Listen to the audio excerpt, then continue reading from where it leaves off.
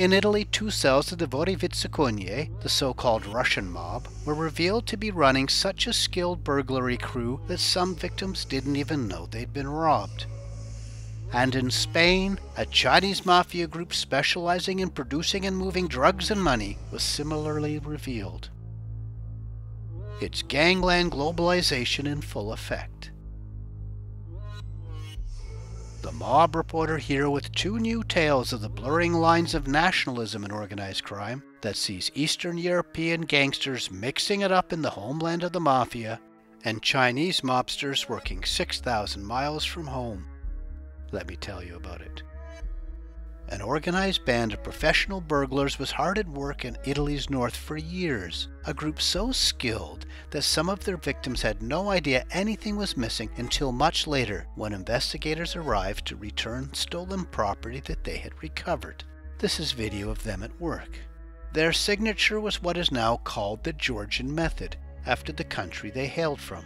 They used special tools to pick locks on doors, cabinets, and safes, and then escaped with barely a trace. Almost every day, members gathered in groups of 3 or 4, all coordinated by a boss, and then dispersed to their various targets, whether burglaries, raids, or robberies. Sometimes the jobs were local, others were far away. Some were down south in the mafia stronghold of Calabria, and others in different countries entirely. From 2015 until 2018, police worked to identify the hierarchy and operations of what turned out to be 2 cooperating bands of Eastern European gangsters. The largest group was comprised of criminals from Georgia. That's a country on the Black Sea where Eastern Europe and Western Asia meet. It used to be part of the Soviet Union, but now is an independent country squeezed between Russia and Turkey.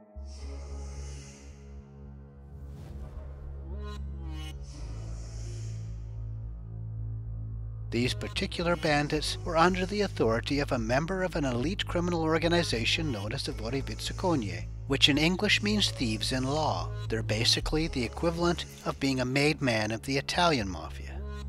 These gangsters' base was in the Italian city of Reggio Emilia in Italy's north, about halfway between Florence and Milan. They felt so settled there they were heard on wiretaps calling it, quote, our homeland, unquote. The gang wasn't confined to burglary and engaged in a host of serious crimes, including crimes of violence, police say.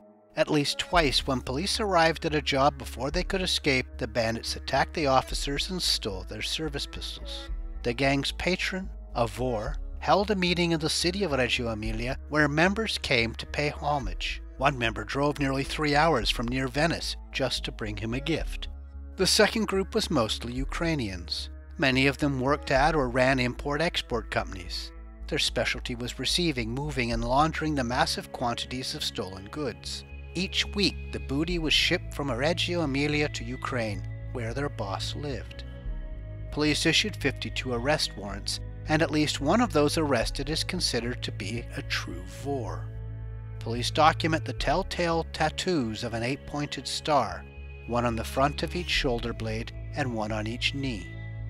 In the symbolism of the Vory, the stars denote rank as a criminal authority, a thief, a Vory. When placed on the knees, it's a symbol they'd kneel to no one. The Eastern Orthodox Church in this tattoo is also a common image for Vory, representing their devotion to a thief's life. The number of domes usually corresponds with the number of serious criminal convictions they've faced. In this case, it looks like 3. He also wore the traditional thieves' cross tattoo. It's his underworld resume in ink. A related operation against them was unfolding in France the same day, February 9, 2021. About 24 Georgians were arrested in several French cities. Among those thieves' targets was Vintage Wines in Bordeaux, the center of France's famed wine region, but at least they had good taste. The French gave their operation a code name that tells us exactly what kind of criminals they were targeting. It was called Operation Bratva, the Russian word for brotherhood, which is another name for mob members from the former Soviet Union.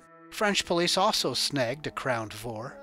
The Georgian Ministry of Internal Affairs said Georgian police helped both investigations and that its citizens were arrested in Italy, France, Poland, Greece, Belgium, and Slovenia. The Vory are often referred to as Russian mobsters because their culture was forged in the hard prison gulags of Russia, in the stoic underworld of the Soviet authoritarian regime. The Vory themselves, however, come from many former Soviet republics and are heavily populated by Georgians, Armenians, and others. The Vory have been seen as a Western crime threat at least since the fall of the Berlin Wall in 1989. Mr. Gorbachev, tear down this wall. When large numbers of Soviet criminals became newly mobile and saw a world ripe for the picking. Observing the strict traditions of the Vory, like with most organized crime groups, has evolved over the years. The imperatives of those who wrote the thieves' code while languishing in a Russian prison camp are not quite the same as those reaping the rewards from hacking computers in New York or buying up real estate on the Costa del Sol. But still, as the Italian probe reveals, at least one thing remains: the value of true criminal talent and the use of tattoos signifying status as a Vor.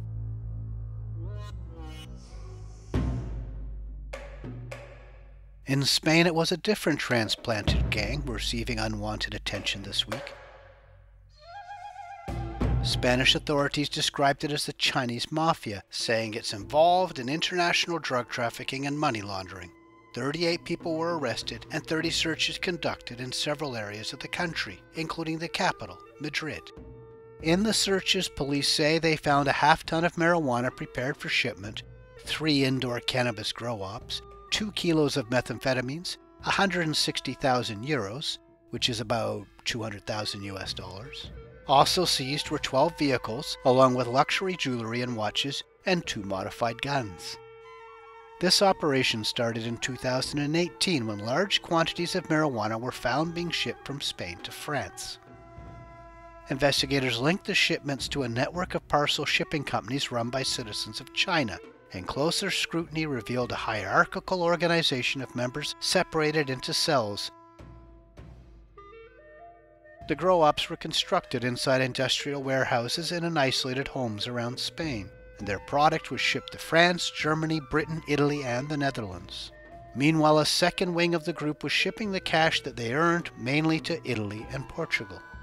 Investigators said the group hid among different local communities of expat Chinese, and this is a feature of gangland globalization. Globalization has been a common and crucial theme in the underworld for decades, as mobsters recognized the advantages of ignoring borders long before many corporations did. Crime groups followed the immigration pattern of honest expats from their homelands, and their compatriots formed both a victim pool as well as providing support and shelter for the gangsters. The arriving gangsters sometimes worked in cooperation with established domestic crime groups and sometimes as rivals. The classic example, of course, is the Italian mafia's emigration to America. In the United States and in Canada, they built vast criminal enterprises that came to dominate organized crime, in real life and in the movies. Asian organized crime groups were flexing their muscle and flashing their money in North America years before settling in Western Europe. In the 1970s, however, the Triads kept a strong hand in the heroin trade in Europe, as well as controlling organized crime in the Chinatowns of major cities. Alarm bells really went off in Western Europe in the year 2000, when 58 Chinese illegal migrants were found suffocated in a truck in Britain. It had arrived from the Netherlands to the port of Dover. The victims of the Dover tragedy were en route to England in the care, if such a grotesque term can be applied here, of snakeheads from China. Like the Eastern European Vors busted this week in Italy, Chinese gangsters have also made moves on the mafia's home turf. In the early 2000s, the Camorra in southern Italy was already working closely with Chinese triads in the international trade of counterfeit goods. Perhaps the most notable incursion by Chinese organized crime in Italy is the case against Chang Nai-zhong, known in Italy as the Chinese Godfather, or by the nickname in Italian of Il Uomo Nero, which in English means the Black Man. Zhong has been accused of running an impressive empire from his base in Rome that extended into the fashion districts of Italy and beyond. In 2018, police made dozens of arrests, targeting what officers also called the Chinese Mafia, but more accurately would be a triad group.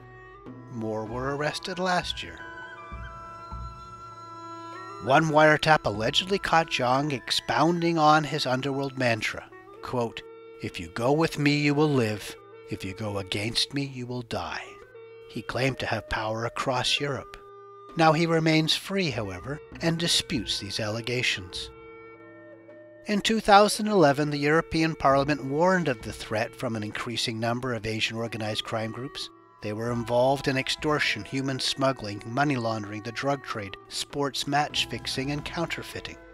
These included the Chinese Triads and the Japanese Yakuza, as well as lesser-known elements.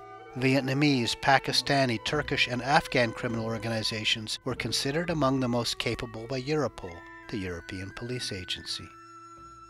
The two operations this week are a timely reminder that we need to be careful assuming who or what group is behind any crime, wherever it occurs. Because it's harder and harder to know what the boss might look like and where they may be from.